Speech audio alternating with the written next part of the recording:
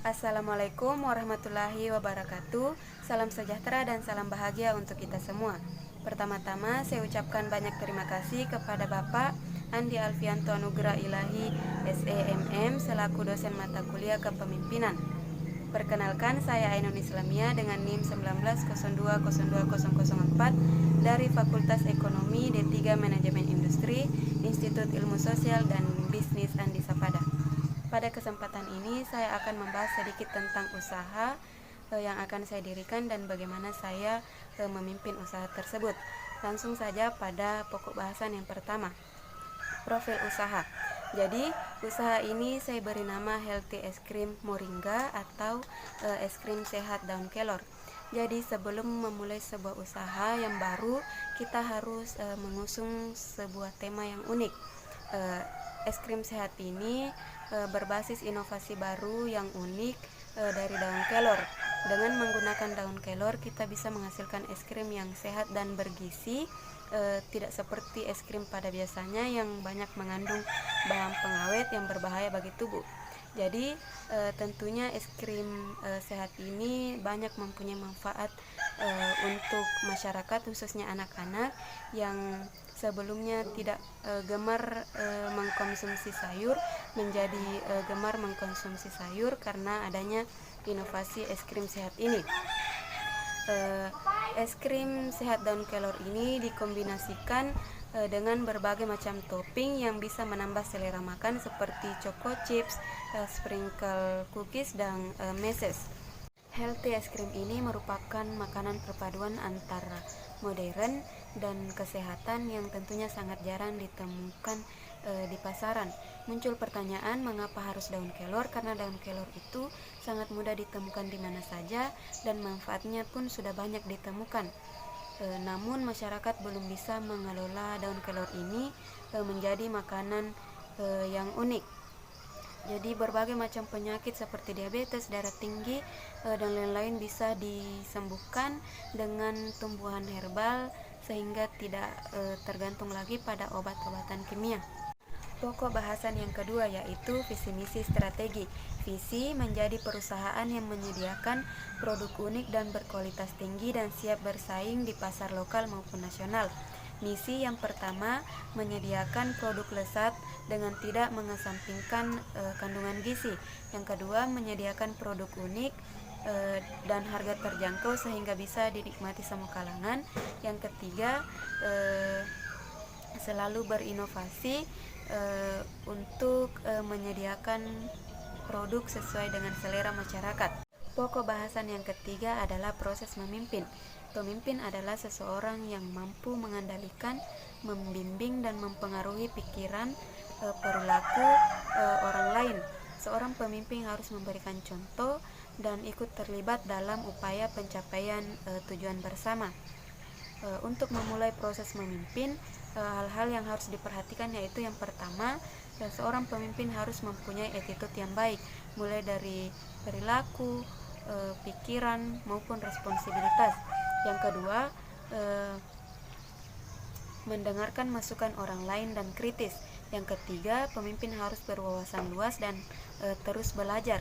Yang keempat, pemimpin harus memberikan apresiasi terhadap prestasi karyawan. Yang kelima, pemimpin harus memiliki kecerdasan emosional agar mampu memberikan motivasi dan mengendalikan emosi para karyawannya. Yang keenam, pemimpin itu harus kreatif dan inovatif. Kemudian yang ketujuh, pemimpin harus mempunyai manajemen waktu dan manajemen keuangan yang diterapkan kepada bawahannya. Kemudian yang kedelapan, mampu membaca keinginan pasar dan jeli akan perubahan yang terjadi. Bahasan yang keempat adalah cara menjelaskan kepada tim dalam pencapaian visi dan misi. Jadi inilah pentingnya komunikasi yang baik bagi pemimpin. Jadi komunikasi yang baik itu tidak hanya diterapkan kepada customer saja, tetapi juga kepada lingkungan internal atau tim yang bekerja bersama kita. Jadi seorang pemimpin harus mengkomunikasikan visi dan misi atau tujuan atau gambaran yang akan kita capai. Alhasil, dengan begitu tim juga akan bisa mengeksekusi visi misi dengan baik. Komunikasi internal juga harus terjadi secara dua arah. Jadi pemimpin harus memiliki skill listening atau mendengarkan, karena setiap karyawan pasti memiliki keluhan yang ingin didengar. Pokok bahasan yang kelima adalah cara menghadapi masalah internal maupun eksternal. Masalah internal sebagai seorang pemimpin yang harus kita lakukan yaitu yang pertama, hindari menyudutkan salah satu pihak. Kemudian yang kedua, menjadi mediator yang bijaksana. Yang ketiga, mengambil keputusan bersama. Yang keempat, melakukan evaluasi. Dan yang kelima, menjadi pemimpin yang peka dan memahami karyawannya. Masalah eksternal, cara menghadapinya yaitu yang pertama, tanggap menangani komplain atau keluhan dari customer. Kemudian yang kedua, menjadikan keluhan dari customer itu sebagai inovasi atau motivasi. Kemudian yang ketiga, terus meningkatkan kualitas. Bahasan yang keenam adalah cara menghadapi pandemi agar usaha tetap bertahan. Usaha yang bisa bertahan adalah usaha yang bisa merespon perubahan lingkungan atau responsif terhadap perubahan lingkungan. Beberapa hal yang bisa dilakukan yaitu yang pertama, tetap menjalankan usaha dan menjangkau lebih banyak konsumen dengan memanfaatkan e-commerce, karena banyak sekarang masyarakat yang beralih ke belanja online. Kemudian yang kedua, perbaikan kualitas produk dan pelayanan. Yang ketiga, melakukan pemasaran dengan memanfaatkan digital marketing. Kemudian yang keempat, melakukan pemasaran dengan mengambil kepercayaan dan loyalitas pelanggan. Kemudian yang kelima, inovasi dan kreatif. Pokok bahasan yang terakhir atau pokok bahasan yang ketujuh adalah gaya kepemimpinan yang akan saya terapkan pada usaha ini. Ada beberapa gaya kepemimpinan yang akan saya terapkan. Yang pertama adalah gaya kepemimpinan demokratis, di mana di dalamnya terdapat kebebasan untuk menyampaikan pendapat, karena dengan bertukar pendapat kita bisa melakukan musyawarah untuk mendapatkan keputusan bersama. Kemudian gaya kepemimpinan yang kedua adalah gaya kepemimpinan berbasis kecerdasan emosional. Gaya kepemimpinan ini sangat penting karena bisa mengatur emosi kita sendiri dan karyawan kita.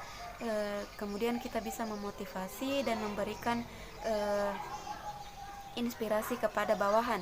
Kemudian gaya kepemimpinan yang ketiga adalah gaya kepemimpinan visioner. Adalah gaya kepemimpinan di mana pemimpin bisa melihat dan memanfaatkan peluang atau potensi yang ada di masa yang akan datang, sehingga usaha kita bisa terus berkembang. Baik, itulah tadi pokok-pokok bahasan yang saya paparkan. Terima kasih. Wassalamualaikum warahmatullahi wabarakatuh.